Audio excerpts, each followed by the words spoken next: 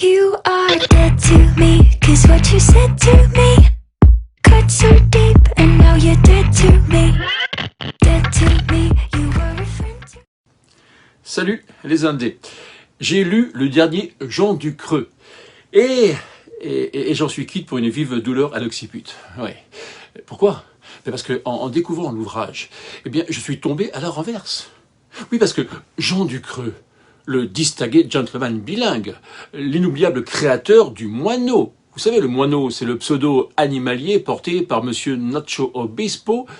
Si, l'illustre détective privé lyonnais, comme son nom ne l'indique pas, eh ben c'est Jean Ducreux qui l'a créé.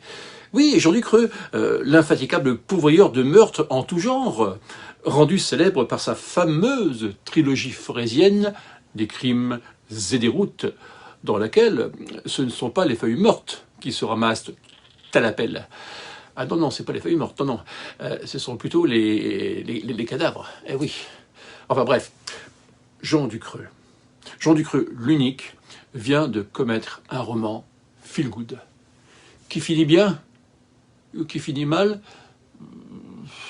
Nous dirons, pour ne pas dévoiler l'intrigue, qu'une fin, heureuse ou malheureuse, intervient sitôt la dernière page lue. Voilà.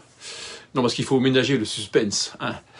Oui, parce que même dans les romans feel good, eh ben, un suspense peut se glisser. Eh ben oui.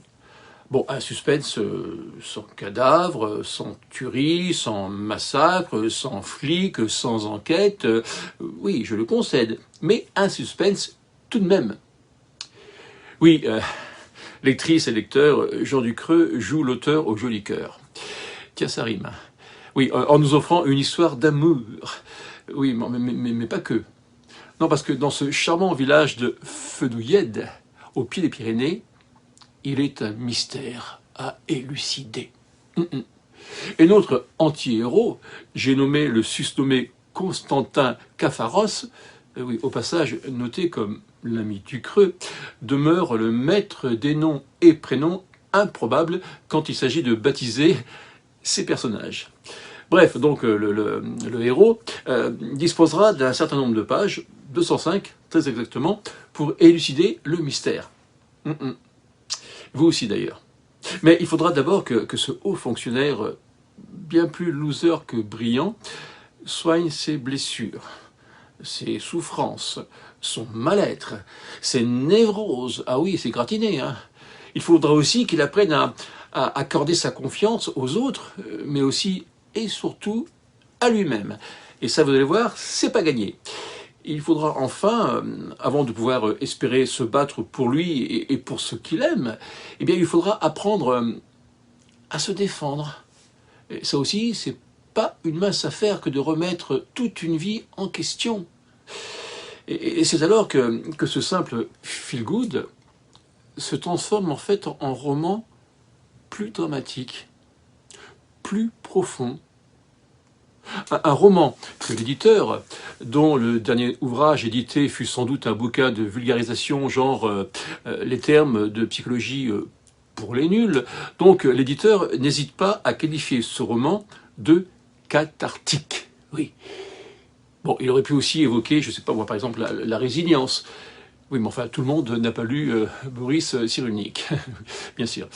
Bon, enfin bref, lorsqu'on explore et l'on dépeint la souffrance humaine, celle de l'intérieur, lorsque l'on s'attaque aux meurtrissures du passé, c'est celles qui n'ont jamais vraiment cicatrisé, même si l'on regarde un ton léger et familier, comme le fait Jean Ducreux, eh bien, on devient un peu plus sérieux, un peu plus grave, plus écouté aussi.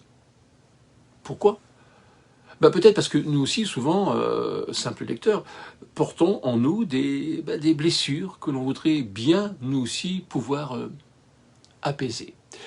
Donc, malgré mes petites railleries du début de chronique, je mets un 5 étoiles pour ce roman qui est fort et qui, pour mieux nous confondre, en fait, nous surprendre et nous émouvoir, eh bien, a revêtu la panoplie du parfait feel-good, très facile à lire, et qui toujours finit bien. Alors que toutes ces gentilles histoires s'avèrent bien plus compliquées qu'il n'y paraissait, en fait. Ouais.